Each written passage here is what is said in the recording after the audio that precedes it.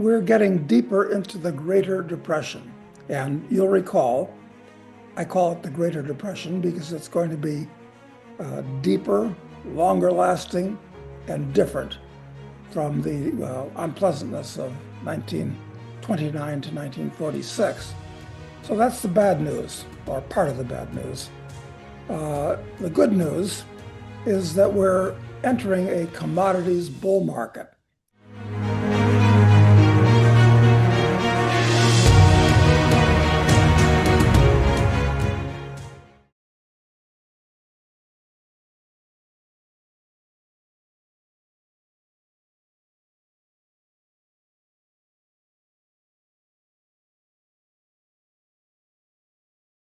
And welcome to another edition of Triangle Investor Interviews. I'm your host, Lucian Valkovic, and before I announce my guest, just a reminder of a disclaimer. This interview and all my interviews are not a recommendation to buy, sell shares, products, or services. Always do your due diligence and consult with your financial advisor.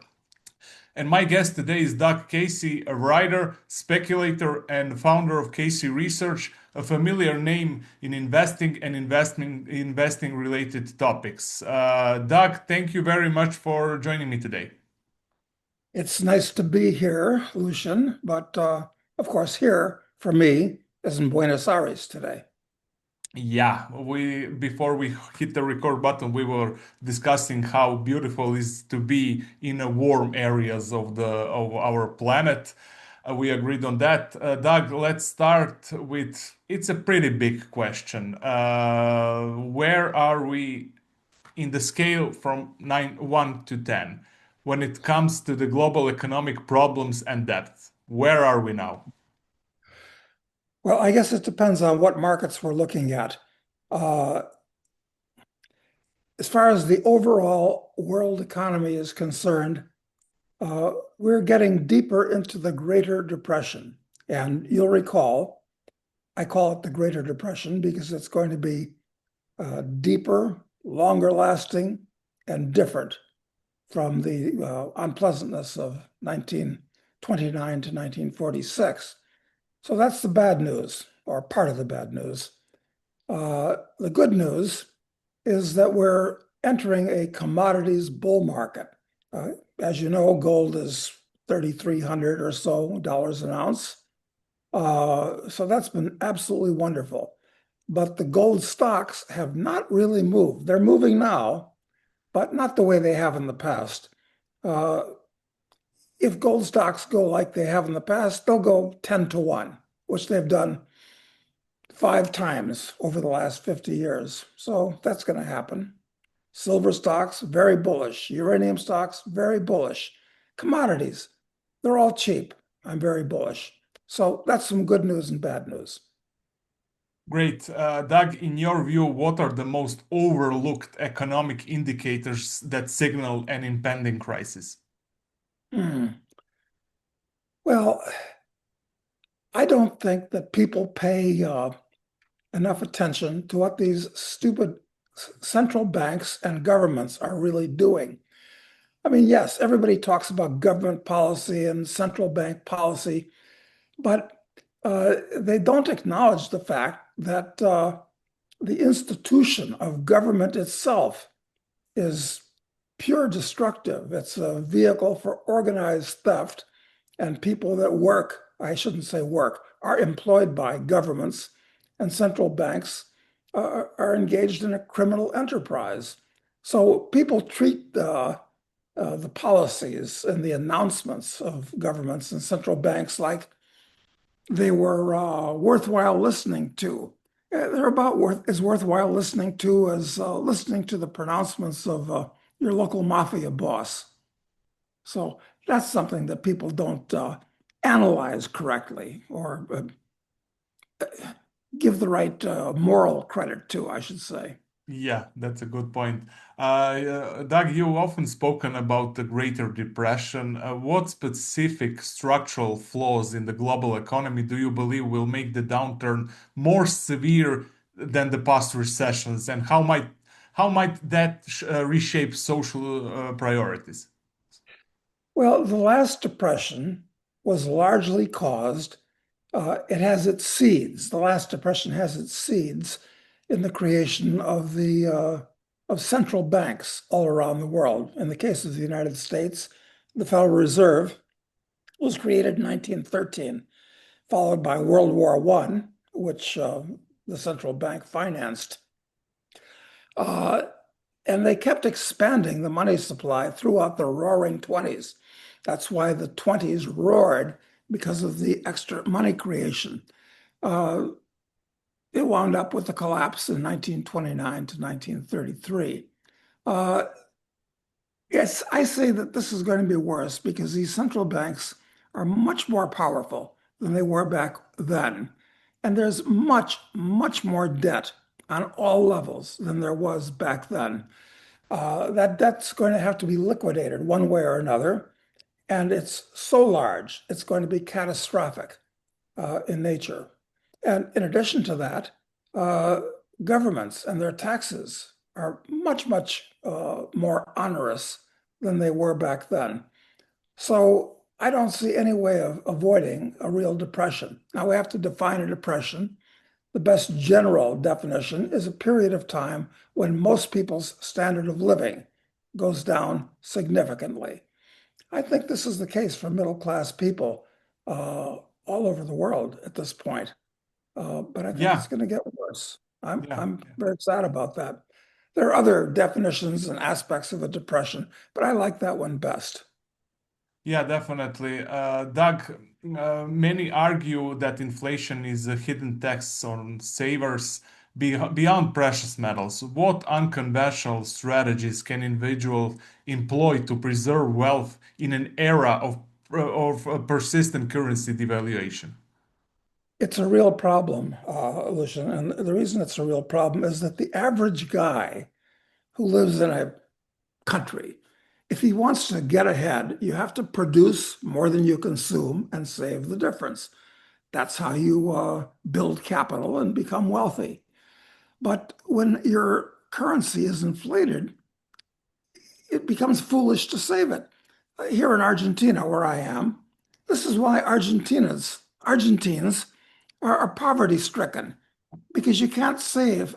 If you can save the peso to start with, it's inflated away on you. So they're on a treadmill going nowhere. Uh, so, yes, inflation is a tax. It's one of the worst things that government does to its people. Uh, it's amazing to me that people actually think the government is their friend, it's their enemy. Um, but I mentioned Argentina. Things have changed radically here in Argentina starting a year and a half ago with the election of Javier Milei. Uh, he's an anarcho-capitalist like myself. Uh, he sees the government the way I do. He wants to basically eliminate it. And he's made tremendous progress, and things have changed radically for the good for the average guy here in Argentina. So that's the solution all over the world, quite frankly. We need 200 Javier Mileis all around the world. Yeah, Doug, we will talk gold and silver, of course, but before we do that, you've emphasized high risk, high reward investments in the past. What's an unconventional market or asset class you are recently identified that most investors are overlooking due to a perceived risk? Well, for many years, I've been involved in mining stocks. And I have to excuse myself when I talk to legitimate conventional investors because mining is a horrible business. It's a 19th century choo-choo train business. It's crazy. You spend millions of dollars looking for a deposit, and then if you find it, you spend tens of millions developing it. And then if it looks economic, you spend hundreds of millions. It's a crazy business, stupid business. So why am I in the mining business?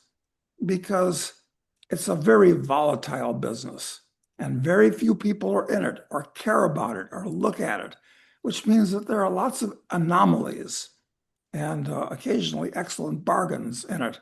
So bad business, but an excellent area for good speculations. Uh, and of course, uh, I look at oil and gas. They're different, much better businesses. Many more people are in them. I look at agricultural commodities as well. So that's where I concentrate uh, on those things, frankly. There is one great book that covers that part as well, and it is called Crisis Investing. Do you know the author? Yes, I do. That was my second book.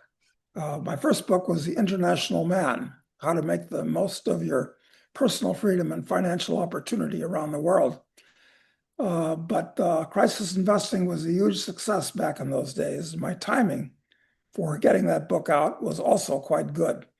And frankly, although it was 40 years ago, if the book was republished today, uh, the situation is so similar that I'd hardly change a word in it.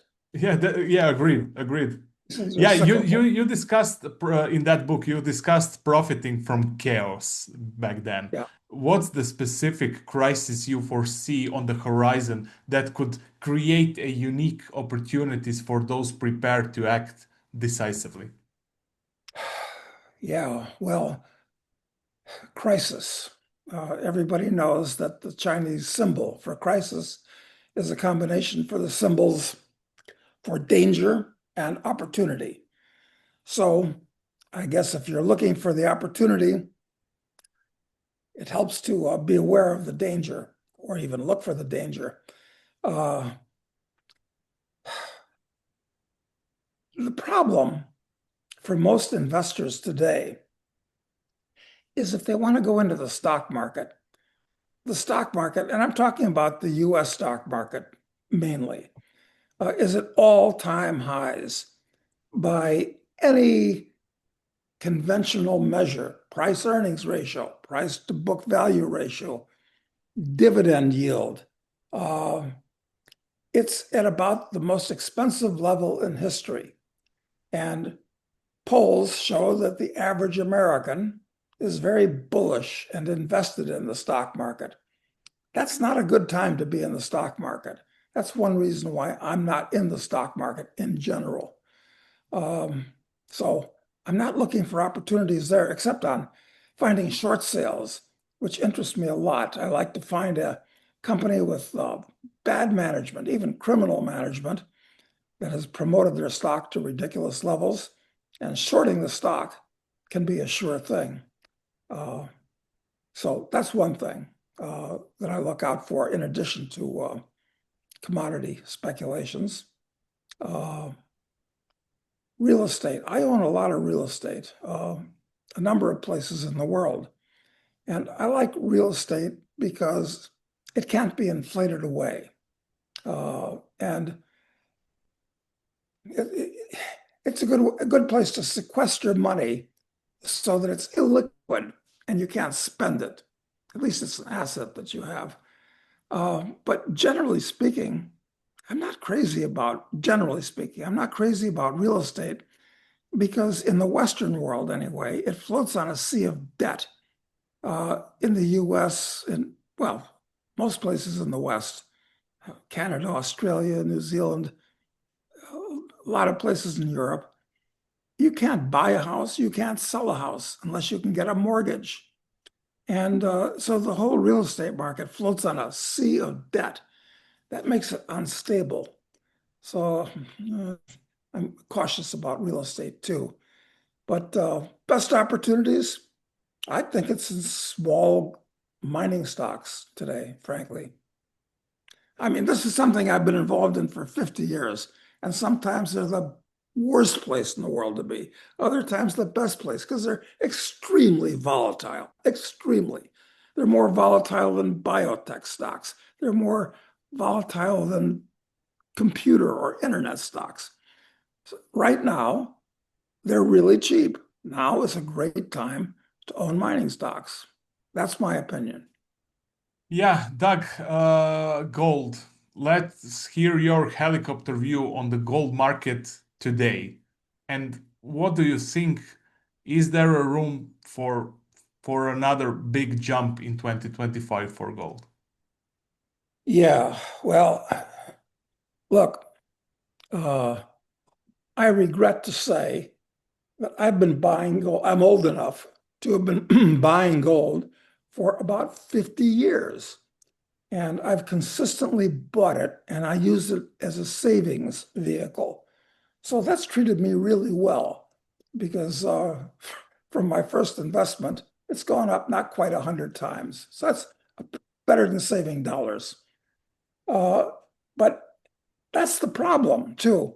It's that in the past, relative to a meal in a restaurant or relative to your house or relative to uh, anything, gold was very, very cheap.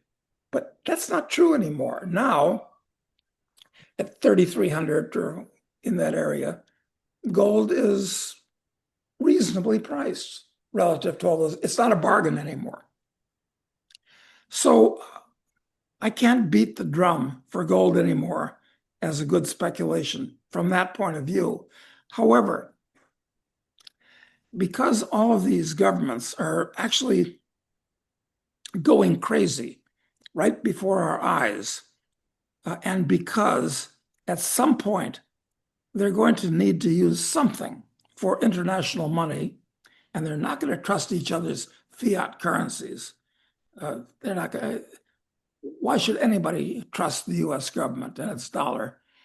I think the whole world is going to go back to gold again. I know that's unbelievable to say, but if it does, and it will, gold is going to have to be $30,000 or $40,000 an ounce. So yeah, it's okay to buy gold, but Yeah, it's different than it was over the last 50 years. It's a different speculation now. yeah. Same question for silver. And Doug, how are you playing silver actually? Well, uh, same story. I bought a lot of silver coins over the years. I'm not going to buy any more because silver is, if you're going to buy a lot of silver, you have to have a vault like Uncle Scrooge to store it because it's a low unit value. So, but everybody should own some silver. It depends on how much money you have. If you don't have much, well, try to get 100 ounces of silver. If you have more, get a few thousand ounces of silver in the form of coins. Okay, once you've done that, fine. Now you can speculate on the price. So I own an ETF for silver. Uh, where's silver going? Uh, it's historically, silver has gone from being, in the days of ancient Egypt, a ratio of 3 to 1 relative to gold.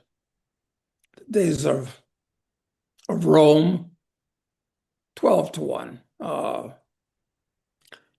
Days of recent times, it's been more like 15 or 20 to 1. Now the ratio is about 100 to 1. So silver is cheap relative to gold. And silver is primarily an industrial metal. But a lot of people forget that as one of the 92 naturally occurring elements, it has unique chemical properties. It's the most reflective of all metals. It's the most conductive of heat, most conductive of electricity. That makes it an excellent high-tech metal. So that and the fact that it's a poor man's gold, yeah, I think silver is going up from here. It's in a bull market too. Yeah, Doug, I know that you like uranium.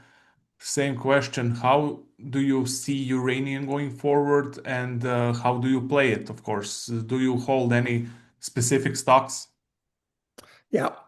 Well, first of all, I've always been a fan of uranium because I'm a fan of nuclear power. Nuclear power is the safest and the cheapest and the cleanest form of mass power generation. And I think the world's opinion is changing, and they can see that wind and solar, they're nice for special applications or, for your cabin in the woods or something like that. But they're completely insane for mass power generation. And the Europeans, especially, have been really stupid this way, uh, putting huge amounts of capital into these foolish forms of mass power generation. Nuclear is the answer. And I think even as we speak, the world is starting to turn to nuclear. The Chinese and the Indians are building and planning scores of nuclear plants. Under the Trump regime, one of the good things about Trump, there are some good things. Uh, Nuclear is having a renaissance in the US and even in Europe. Uh, they're going back to nuclear. So uh, I'm bullish on nuclear and very bullish on uranium for that reason. And own a lot of uranium stocks, frankly, starting with Cameco, which is the big one, and going down from there. Yeah, let's say in the terms of developers, explorers, and producers, what's the mix for you here in the terms of percentages? Well, when I speculate in small mining stocks, I almost always, when it's possible, like to buy the stocks through private placements. So the money goes directly to the company. And since these companies are always raising money because most of them don't have any income, but they have a lot of expenses, uh, general overhead and prospecting and developing and drilling and all this type of thing. So they're always raising money. So when I see a company that I like and they're doing a financing, I can usually get the shares at a discount to the market, number one, and number two, a warrant, so that after typically a 4-month hold period, uh, I, uh, I get 2-for-1 leverage on my money. So that's how I typically buy them. Yeah, I know we have a mutual friend that also likes private placements and a big fat warrants. Like he said, that's Rick Rule. You probably, Yeah, yeah, yeah. yeah. Rick also likes to buy via private placements. Okay, Doug, let's move to geopolitics a little bit with the shift. Rick and I have been friends for about 40 years, actually. Yeah, I So had him recently, and he always speaks highly of you. So he's a great guy, just like you. Let's touch on geopolitics with the shift in a global power dynamics toward multipolarity. What regions or countries do you see in emerging as a safe havens for freedom-minded individuals in the coming decades? well, I've been to over 150 countries, most of them numerous times. I've lived in a dozen countries around the world. Of course, I was born and raised in the United States. So I'm very conscious of the changes that happen in countries and the directions in which they're going. And my advice on this, I don't care where you live, I don't care what nationality you are, it's that you should have a second country with a second passport. And if you can afford it, a second home, because things can change rapidly. And I can give you lots of examples where countries changed 180 degrees within the space of 1 year. So the world is becoming a much more unstable place. So that's one thing that everybody should do if they can't, if they can. And if they can't do it, if you can't afford a second home or you can't afford to go out and get a second passport, well, then shame on you. Do something about that. Okay. That's my answer to that question. Which countries are best? Um, Look, I'm in Argentina. I think it should be Argentina's very high on your list of countries to look at for lots of reasons that we could talk about. Also Uruguay, just across the Plate River from Argentina. It's very similar, but also very different from Argentina. So that's another possibility. Uh, you know, Chile, beautiful country, very interesting geographically, but it's got other problems. So Paraguay, listen, all of these South American countries, there are 15, I guess, if you count the Guianas. Um, each of them are as different as the countries in Europe are from each other, quite frankly. But the key is make sure you have at least two passports. That's number one. That's a good advice. Doug, how do you anticipate the interplay between resource nationalism and technological innovation affecting global trade and migration patterns in the next 10 to 15 years? Yeah, well, uh, one comment in that light about commodities. For all of recorded history, commodities have been the worst investment possible. I mean, if in the days of cavemen, if you had a piece of copper or a little piece of iron, you were a caveman billionaire. So commodity prices have gone down, down, down over history. And because of advances in technology, that will continue to be the long-term trend for many reasons. Space exploration, the use of nanotechnology to mine ultra low-grade deposits here on Earth. There's all kinds of reasons. That's over the long term. But in the short term, commodity prices are now cyclically very cheap. So this is why people are paying attention to where commodities are, where resources are. Um, and the problem is politics, of course. I mean, Africa should be immensely prosperous. The people there should be immensely prosperous, but they're not. They're the poorest people on the planet, and they're going to stay poor because of their stupid governments, which I guess they like, but that's the problem. So uh, that's why you find things like the Chinese in Africa, um, in, all over Africa, quite frankly. China's got a lot of people, not so many resources. So of course they're going to China to try to make that happen. I don't think that's going to end well for the Chinese. Um, I don't know. What are you thinking? Any place in the world in particular? No, no, in general. Yeah. Well, listen, I've been a big fan of Africa forever. If I was a young guy under 30 and I wanted to make my fortune, I would go to Africa uh, because uh, if you're a young European or a young North American, uh, you go there, you have more knowledge, more experience, more money, more connections than any of the locals. You're different. Everybody wants to meet you and see you. I mean, I've found that I go to an African country, I can usually be talking to the president within a week or two of arrival. So that's where the opportunity is. And unfortunately, in Africa, uh, it's very hard to invest. You can only speculate and take advantage of political situations. Uh, but still, I'd go to Africa. Africa is the land of opportunity from that point of view. That's that's what the action where the that's the continent where the action is going to be. It's also going to be the continent where all the wars are going to be.